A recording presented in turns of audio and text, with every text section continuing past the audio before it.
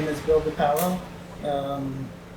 Born in New York City, and I really care about it. About 34 years ago, I started an environmental group called Time's Up, and I'm also, about 8 years ago, started a museum, which we're in now, called the Museum of Reclaimed Urban Space. And we do a lot of stuff with the museum, but basically we try to archive the history, the positive history, the struggle, to show people how these things happen and how the Lower East Side, Alphabet City, Lower East Side, East Village has a lot of names, how this area really was at the forefront of sustainability and community, and how it affected the rest of the city and the East Coast of America as well. I beginning to clean that place.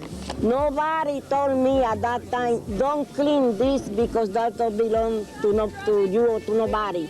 I cleaned the place, I started over there, and now was a big garden that we have in 7th Street called Esperanza Garden. The city abandoned this neighborhood. It was a financial crisis.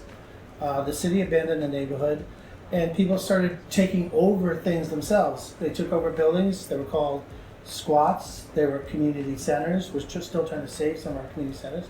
And they also took over these abandoned lots that were outdoor spaces without a roof or anything. They were actually buildings that caught fire, and they turned them into these vibrant community gardens. And I think we've lost a lot of gardens since then, but because the activists still live in this neighborhood, it's not only creating the gardens, but you have to actively save them because people are constantly trying to take them away. We're here because we're taking this chance. We're sticking ourselves on the front lines because we think it's important to save the oxygen, the green space, the safe place for kids to get out of the streets, old people. We want to keep the green and the oxygen for the higher purpose. Ow! You know what? What happens when they fill in all the gardens? What happens then? So Esperanza Community Garden was one of the community gardens here in the Lower East Side, and it's kind of an incredible story, you know, and I'm almost unbelievable that I'm trying to tell a story that no one knows, and I just happen to be a part of it. It just doesn't even sound right, this story, because when you talk about how the gardens were saved, they always say, oh, Bette Midler saved them, I saved them, someone else saved them, but like, I was there, and it had a lot to do with this Esperanza Community Garden.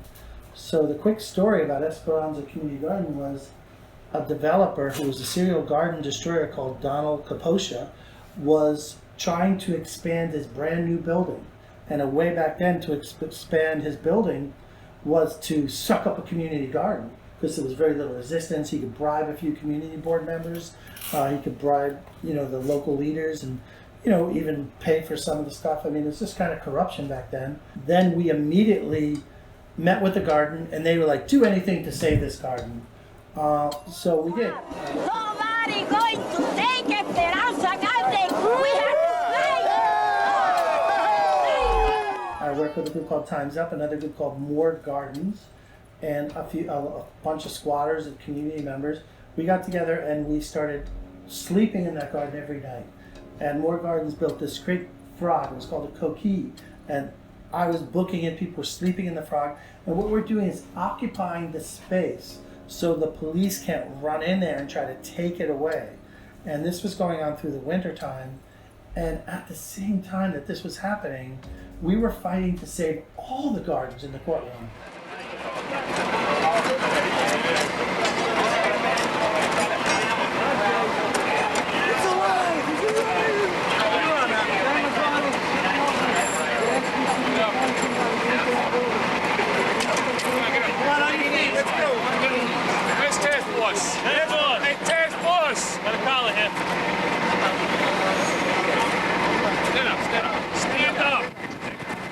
You have to be willing to sacrifice something in order to accomplish something.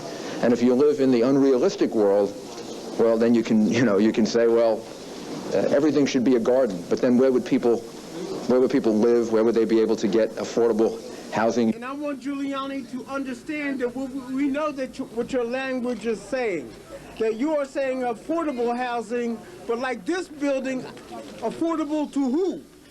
You're not saying fixed income housing, low income housing, you're saying affordable housing. And we want to tell the world that we know what you are saying, Mr. Giuliani. In my personal opinion, from doing these things over and over, is none of that. The city really didn't need the money to sell all the gardens. They just were trying to do what they do best, promote non-community corporate behavior, where the gardens are on the opposite side of that, community sustainable behavior. Any members of the media that are still in here are subject to arrest. Any members of the media that are still in here are subject to arrest.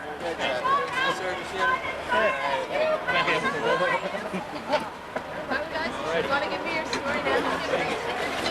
No justice, no peace. More gardens, no police. No justice, no peace. More gardens. So the thing is, what you want to do is you want to go to the courtroom as the same time the police are trying to evict you. And that's the only way you can get this thing. It has to be in the actual process of eviction. You can get a temporary restraining order. So that's what we were trying to do to save this one garden, Esperanza. We were trying to put the biggest amount of people in front of the police to slow them down so we can get to the courtroom. Even knowing that they would be in court in 2 hours. As hard as they tried, they could not get in front of the judge until the garden was bulldozed. And the garden was bulldozed by Donald Kaposha's equipment, the developer. He wasn't bulldozed by a city bulldozing contracted company. It wasn't bulldozed by the Department of Sanitation. It was bulldozed by the developer himself, protected by a large police force. Even though we called the mayor's office this morning and said, please do not raise this garden before the judge has had an opportunity to determine this legal issue, he went ahead and raised the garden. This, I believe, subverted the judicial process and is a failure on the part of this mayor to abide by the law. The judge did not put a TRO on that garden. We lost that garden. So why am I smiling? Because the judge put a TRO on every single other garden the city was about to destroy. Over 500 gardens were saved by that direct action that day, something we had not imagined at all.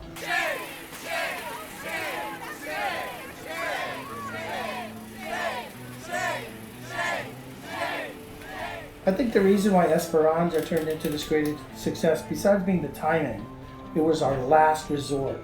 Every garden was about to be destroyed by Giuliani, and this one garden gave activists permission to do whatever they want. And we just got lucky in every way possible with that campaign. But the biggest success was the actual gardeners giving the garden to us and willing to fight. Instead of just giving up, they wanted us to fight. And they said, you can do it the way you want to do it. And we chose every possible way to fight. We know what community is. We live community every day in a community garden.